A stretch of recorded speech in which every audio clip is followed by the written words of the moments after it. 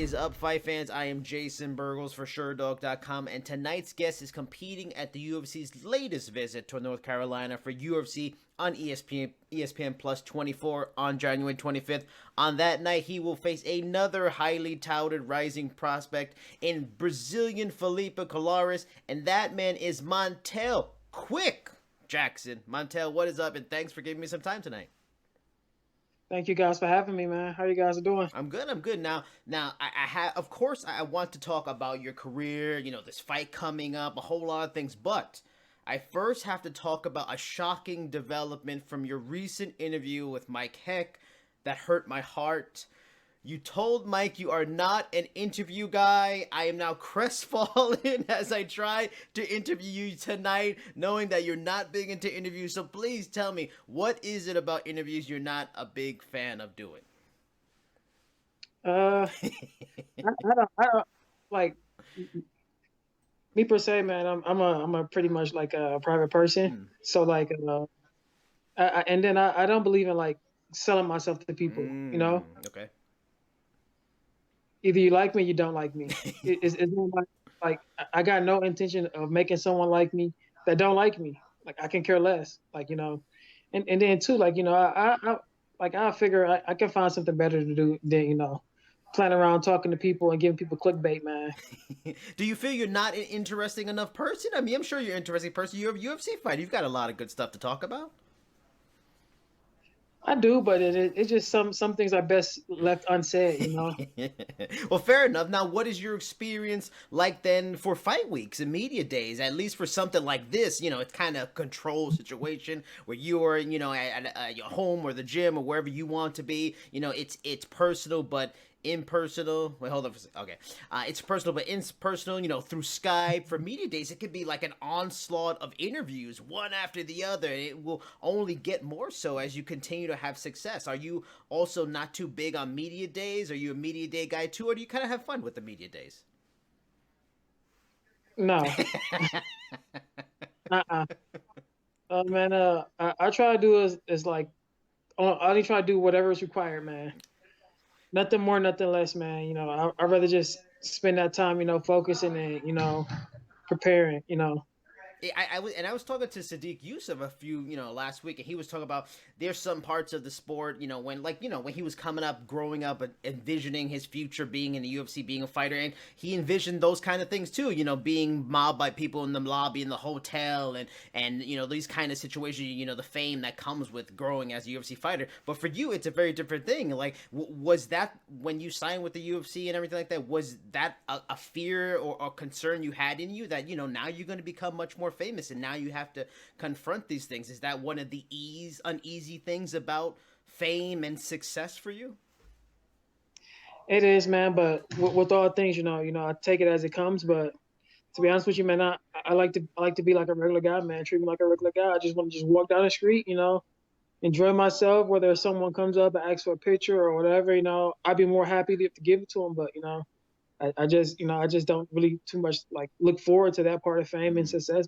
I'd rather like be able to do regular things like I do, you know without having to do them type of things and always interact with people and always put on that show and have that smiley face and everything like that. Because at that point, when you become a celebrity, man, fans are they expect you to always be happy, Yeah. to never be sad, Yeah. to always be in a good mood, to always want to take a picture, to always want to interact. So like I don't look forward to that, man. You made it into the UFC after just 6 fights, which is pretty uncommon, especially at the lower weight classes. I saw in an interview you talked about the realizations you had after the Simone fight. I mean, say the Ricky Simone debut loss, in terms of learning what you need to do to win at this level. You bounced back from that loss with two big wins since then against two super solid and tough veterans in Brian Kelleher and Andre Supinatov. Talk to me about the continued development and learning curve as you now enter Fight 4 in the UFC, and just only your 10th overall as a professional. What adjustments have you made in that time, in the UFC, even before that, and continue to tweak as you go along on this, professional MMA journey? If you stay ready, you don't have to get ready. Mm. You always learning, always developing. literally staying in the gym, always trying to fill those holes and figure out, what's next, what more can I do, how can I improve my game more, but not falling into that trap of believing your own hype Mm. and believing what people tell you because ultimately it's a guy out there trying to beat you. So you gotta be always improving. And you always gotta have that mindset of I'm trying to beat myself. I'm trying to beat the old Montel. I gotta have that type of mindset. You see a lot of veteran fighters will say as they go along and they've been in a lot of fights, like, you have to listen to your body and maybe not overtrain or do certain things or your nutrition or all these kinds of things. Since you're still so early in your career, are you, do you subscribe to that kind of idea? Listen to your body, maybe take a rest day when you need it, or for you, still early in this career, in this journey, it's about getting as much practice and much, minutes in the cage as possible for you to learn and continue to grow and continue to round out your skills. Yeah, everybody's different, man. Everybody's Yeah. body doesn't react or perform the same. But of course, you want to listen to your body and listen to your health, and you want to always perform and train at your optimal. But there are the days that that I don't feel like coming to the gym, but I know I gotta go to the gym. I got to, and I realize that it's more mental than physical. What Even when you feel like you can't, like I know I can. when now I want to get this correct because it's listed in two different training places that you train at and two different sites, Sherdog, Tapology, but you train at Pura Vida MMA, right?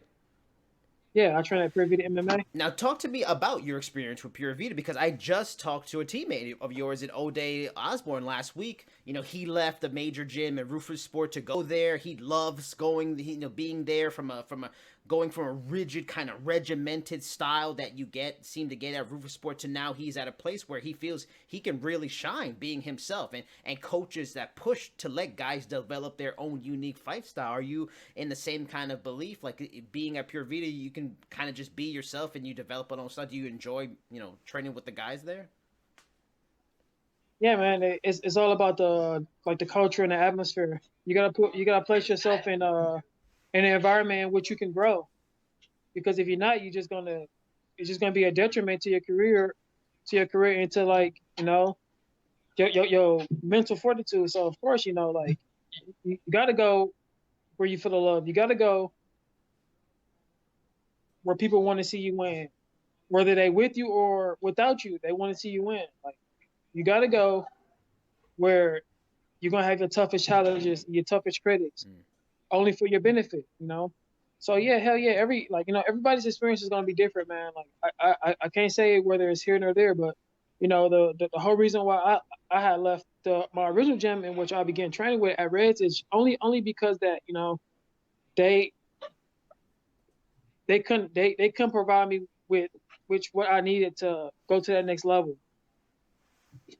Now your win over Brian Kelleher is worthwhile, but was your win over Sukmantoth, sort of like a watershed moment in what is still a very young career for you? It was your second win at the UFC level. Sukmantoth is record isn't impressive on the surface, but that man is all kinds of tough. He's only had 8 losses in his career, and they're all decisions. Does getting a second straight win, outlasting a super tough guy like him, give you further validation that you really are a world-class fighter fighting on a world-class level? Man, that stuff that I don't even pay attention to that stuff, man. Because anybody that think otherwise, they know where to find me. Mm. UFC bantamweight, come see me at 135. If you feel like you got what it takes, or you got what what I'm saying, you got what it takes to take my spot, come take it. Other than that, I could care less, man. I can care less about what anybody got to say or any validation or any respect shown. Like I can care less. That shit don't make or break me. I'm still Montel with or without it. Now you Don't give a you and your opponent Felipe Colares coming up on the 25th are in a similar position in your careers. He has only one more pro fight than you. He also lost his debut in the UFC, but as one sense, when the fight was offered, was he a guy you had been familiar with and knew a little bit about, or was it like you and your management kind of had to research him a little bit, or was it like that's who I'm fighting, boom, fight, I don't care? No, it just like anything that isn't on paper, it's hypothetical. Mm. I don't give a fuck about that. Yeah. When they send the contract with the motherfucking name, that's when it's real. Everything else, I don't care about. Mm. Don't make me a difference. I know it's real when the contract says something. Like I don't even pay attention to it. They don't even tell me because I can care less, man. First thing I'm gonna say is, where's the paperwork? is there That's it. is there anything about the matchup that really intrigues you, that gives you a little extra motivation in training? Is there like a skill set maybe you haven't encountered that he has that's a little unique that you're looking forward to and going toe to toe with, or it feels like any other camp? It's any other fight, man. I don't care, man. It don't make a difference, man. I'm going in there I'm going in there to do what I do best, man. Bantamweight has become a straight up Shark Tank. You got legends like Aldo, Edgar coming into the division. Cruz is always hanging around. Up and coming stars like, not up and coming stars, established stars like Peter Yan, Sterling, Corey Sandhagen making big moves, and even dudes like Simone, Katona, O'Malley are really good. They're not even ranked. It will take some time to get through the logjam into those big fights and title fights down the line for you. You are ahead of schedule for getting into the UFC, more so than many other people. What would you be your perfect long-term goal for like big fights and stuff like that? Are you looking at 2021, 22 as the hope for your long-term plans this year, and this year's all about establishing yourself in the division, getting a ranking, stuff like that? I can care less, man. Send the paperwork. That's all it really come down to. Send the paperwork, man. I'm not gonna sit up here and say, oh, in 2021 I'll be this, or send the paperwork, man. And we'll find out.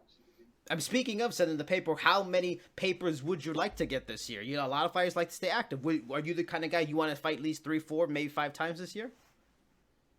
It's whatever, man. Well, whatever they send. I'm signing and sending back. What they come down to. Yeah.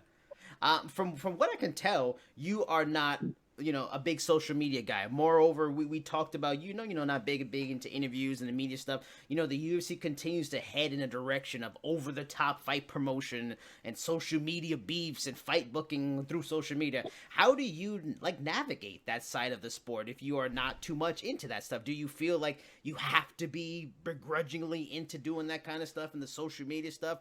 Because it can be beneficial for, say, building your brand, and building your brand helps your pocket, it helps your bank account. Or do you hope to kind of just always be yourself, like you said earlier, and just kind of just leave that stuff up to your management team, stay the course, and always be the guy you are, far away from what has become the popular stuff in the UFC? That stuff is all fake, man. That's beef, man. I'm from the north side of Milwaukee, man. When it's a problem, it's a problem. People ain't talking about nothing. There's gonna be action. There ain't gonna be nobody talking until they gonna show you. So I don't believe in that, man. I don't fall into that, man. And I don't perpetuate that type of stuff or recycle crime, man. I seen enough of that, man. I'm tired of that shit, man. I can care less, man. The shit ain't. Now, last question. We've talked too much about things you don't like to do, but let's talk about things you like to do. I always like to ask the people I interview things they like to do away from fighting, because I understand this is the grind. It's a grind physically, it's a grind mentally at camp, going into the fight. What are some of the things you like to do that just have nothing to do with fighting, that you like to do to relax, deflate? I've got people tell me they like motorcycle riding, nature walks, cooking, all kinds of video games, comic books. What is Quick like to do when he's not doing anything that has to do with fighting? Anything exciting, man. I'm really into the thrills, man. I'm really into thrills, action, and adventure, man. Anything other. Anything. It could be outside. It could be outside. It could be riding bikes. It could be motocross. It could be go karting. It could be anything, man. I'm a competitive guy, and it really comes down to I try anything twice, like literally. And if I lose once, I won't lose again. Is there certain things that thrill seeking, that what's the 3 best things you've done so far that's thrill seeking stuff? I don't know, maybe skydiving, whatever, something like that. And what's 3 things that crazy things you hope to eventually do? Maybe it is skydiving. Oh man, I already went skydiving. What's some of the other things that's good that as through as fun and wild as skydiving that you've done that you've loved? One of them is just I'm not gonna say that one.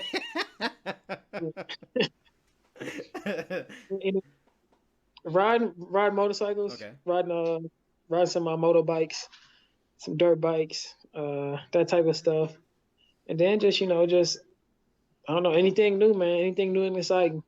I never did, like never know till you try type of stuff. So it'd be whatever, man. Are we gonna have to worry about seeing you in the news doing some cliff diving or some crazy shit like that? I don't know, man. Maybe, man. You know, when like when you work so hard and you train so hard, man, you got to play even harder just to balance it. Mm-hmm. So, man, wherever the wind blows, man.